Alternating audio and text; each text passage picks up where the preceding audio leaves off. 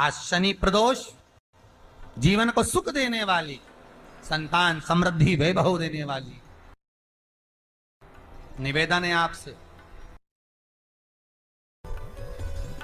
सूर्य अस्त का समय हो, प्रदोष का समय, प्रदोष काल, शाम के समय पर कटोरी में सरसों का तेल ले लीजिए। शंकर के शिवलिंग पर किसी मंदिर में जाकर सरसों का तेल शिव पर चढ़ा। तेल चढ़ते समय शंकर के शिवलिंग पर त्रिपुंड बना दें। ये एक उंगली, चीटी उंगली के पास वाली उंगली शंकर के शिवलिंग पर टच कर कर रखें और अपनी मनोकामना पूर्ण कहें। बाबा विश्वनाथ पूरा करता है। भगवान शंकर के द्वार पर स्वयं शनि महाराज आज मिलने के लिए, और जितने ग्रह नष्ट देने वाले हैं, कारक ग्रह हों, बेकार वृत्ति वाले हों, वो सब आज शनि सबके दोष मिटा देता है। शंकर भगवान के मंदिर में आज शनि प्रदोष के दिन, मंदिर में नहीं तो घर में अगर शंकर का शिवलिंग है तो एक दिया अवश्य लगाओ। शनि महाराज जीवन का सुख प्रदान करेंगे, आनंद। शनि प्रदोष, मान लो कोई व्यक्ति पैसे खाकर चले गया, नहीं दे रहा है, तो शास्त्र कह रहा है भगवान शंकर के मंदिर में शमी का पत्र, शमी का पत्ता, शमी पत्र, शंकर के मंदिर में काली तिल्ली के साथ में शमी पत्र। शनि प्रदोष, शनिवार की प्रदोष संतान का सुख देती है, और रविवार की प्रदोष जो काम दुनिया में कोई नहीं कर सकता वो अचूक फल की प्राप्ति रविवार की प्रदोष करा देती है महाराज। ऐसी प्रदोषों का नियम वर्णन किया चाहिए। भगवान कहते ठीक है, तू थोड़ी देर खड़ी हो। एकादशी सम्मुख खड़ी हुई, पार्वती जी ने जिस अंगुष्ठ का जल पीने के लिए लिया था हाथ में, बस पीने ही वाली थी, शंकर भगवान ने वही हाथ में जल लेकर एकादशी के हाथ में उसको देकर कहा, ले, ये मेरे द्वारा निर्मित एक व्रत है जिसे त्रयोदशी के दिन तूने मांगा है, मैं तुझे देता हूँ। आज इस व्रत का फल मैं तुझे प्रदान करता हूँ। अब तू जिस जीवात्मा को लेकर जाएगी उसका पाप प्रबल नहीं होगा। किसी स्त्री, पुरुष, बालक, बुजुर्ग जो भी होगा जिसने प्रदोष का व्रत करा होगा, वो जीवात्मा को तू किसी फल की कामना से नहीं, स्वतः ही लेकर चली जाए। उसमें कोई कामना नहीं है। बन सके जीवन में 11 प्रदोष या 26 प्रदोष करने के बाद आप उसका उद्यापन कर कर विराम भी दे सकते। पर जीवन में एक बार प्रदोष का व्रत मौका मिले, जिस कामना से जिस दिन का भाव आपके मन में आए कि मुझे रोग से मुक्ति पाना है तो ये प्रदोष मुझे करना है, मैं रोग मुक्ति के लिए, हम जो भी आपके मन में आ रहा है, संतान प्राप्ति के लिए शनिचरी आप उसका स्मरण कर। फिर लिखा शिव महापुराण में, बड़ा सुंदर लिखा वेदव्यास जी ने, मान लो आप प्रदोष का व्रत नहीं कर सकते, आप अगर व्रत नहीं कर सकते तो प्रदोष के दिन, प्रदोष काल में शाम का समय सूर्य अस्त का कुछ पल, कुछ घड़ी के पहले से लेकर बाद तक का प्रदोष काल के अंतर्गत आप शंकर जी के मंदिर में जाकर 1 लोटा पानी, 5 बेलपत्र भी अगर समर्पित करते हैं तो संपूर्ण प्रदोष का फल आपके भाग्य में प्रबल हो जाए। जिस जिस महीने में जो जो प्रदोष पड़ा करे, जब प्रदोष पड़े, बन सके 1 बेलपत्र, बन सके 5 बेलपत्र, शमी पत्र, हरे मूंग, हरा मूंग, बेलपत्र, एक कलश के अंदर थोड़ा सा पानी लेकर 1 बेलपत्र, हरा मूंग, शमी पत्र डालकर और उसमें थोड़ा सा गुड़ डालकर भगवान शिव का स्मरण कर कर प्रदोष काल में, मान लो कोई काम आपका बहुत जरूरी है, बहुत दिनों से आप थक गए हैं, नहीं हो रहा, कर्जा बढ़ रहा है, धन नहीं आ रहा, व्यापार नहीं चढ़ रहा, या कोई समस्या बहुत प्रबल है, कोई एग्जाम में बैठ रहे हो, नहीं हो रहा, परीक्षा भी दे दी है, रिजल्ट आने ही वाला है, तो भी प्रदोष काल में, प्रदोष के समय वो जल, मूंग, शमी पत्र और बेलपत्र और गुड़ का शंकर के शिवलिंग को समर्पित करना प्रारंभ कर दो। 2 या 3 प्रदोष करोगे, बाबा आपकी मनोकामना शीघ्र पूर्ण कर देगा। 2 या 3 करो, बाबा करे। प्रदोष व्रत करने वाले को भोजन नहीं करना चाहिए, ध्यान दीजिए। फलाहार करो, उसमें भी नमक का सेवन मत करो। प्रदोष व्रत में नमक का सेवन वर्जित होता है। कारण, क्या कारण होता है? उसका एक कारण माना गया, नमक की वर्जितता। जिस समय पर एक नगर में एक ब्राह्मणी रहती थी, बहुत भाव से सुनिएगा, प्रदोष व्रत, नमक को त्यागने का भाव। प्रदोष व्रत की किताब में भी मिल जाएगा आपको, आप पढ़ेंगे तो सुना होगा आपने। एक ब्राह्मणी रहती थी एक नगर में, उसका पति नहीं था। छोटा सा बालक एक साथ में रहता, छोटा सा बालक। अब ब्राह्मण के घर की धर्म पत्नी है। ब्राह्मण कर्मकांड करने वाला, पूजन करने वाला, पाठ करने वाला, अनुष्ठान करने वाला, पूजन करने वाला, मंत्र जाप करने वाला, भगवत भक्ति में डूबने वाला। ब्राह्मण तो चले गया, ब्राह्मणी बच्चे के साथ रह रही।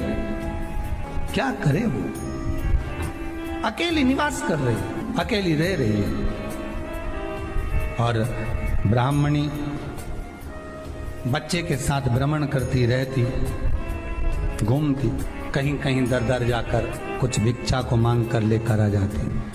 और भिक्षा लाने के बाद में उस भिक्षा को जब लेकर आती तो अपने बच्चे को भी खिलाती और स्वयं भी उसका पान करती। एक दिन ब्राह्मणी भ्रमण करते करते प्रदोष काल के समय पर शिव मंदिर में प्रवेश करी।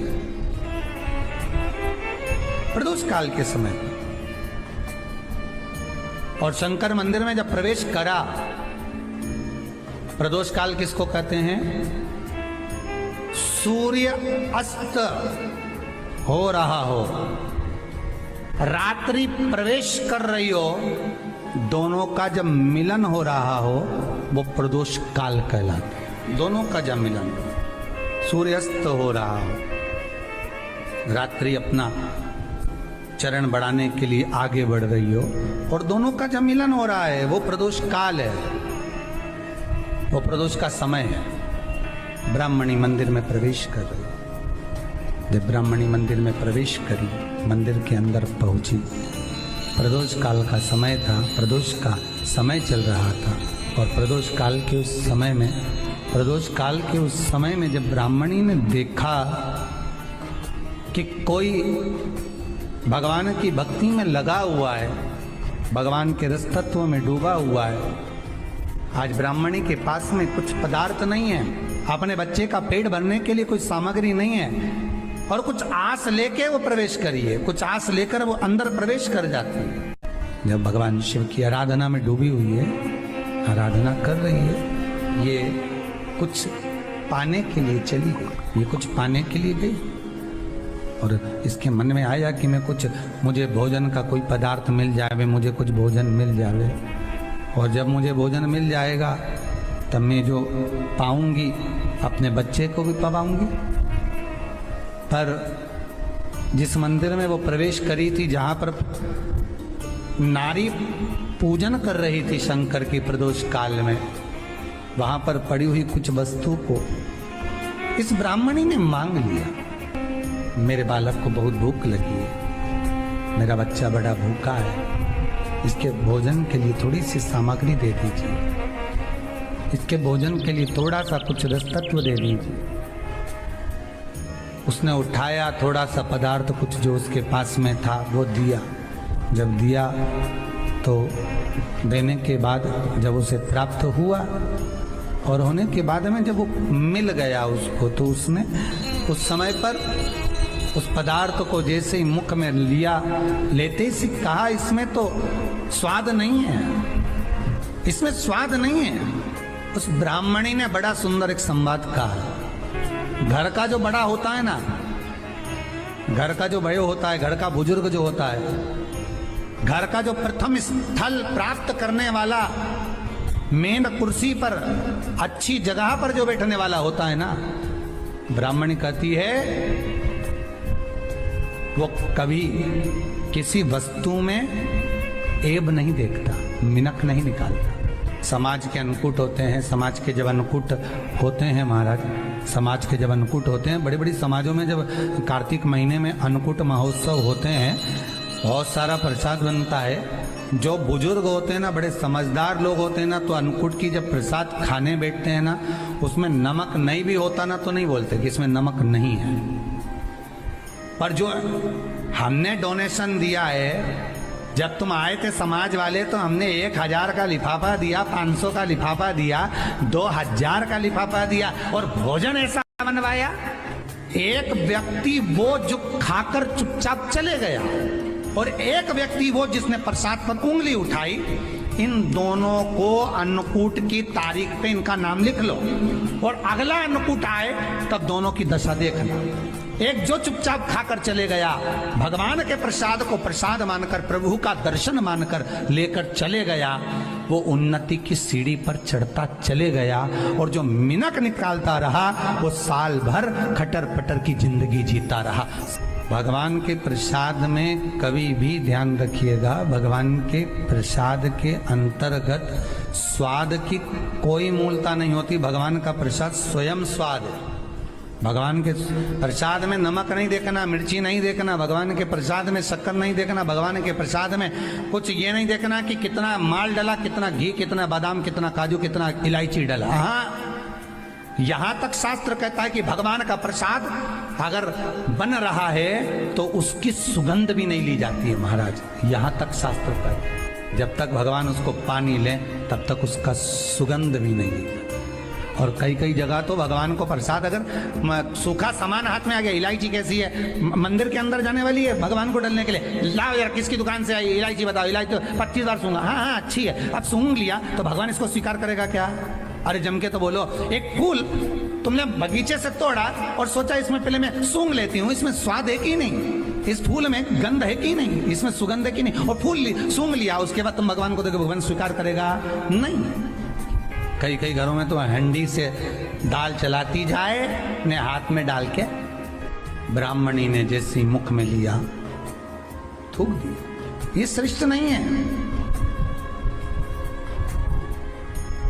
जो ऋषि की पत्नी अंदर पूजन कर रही थी प्रदोष काल में, उसने कह दिया आपका चेहरा बता रहा है कि आप ब्राह्मण की धर्म पत्नी, पर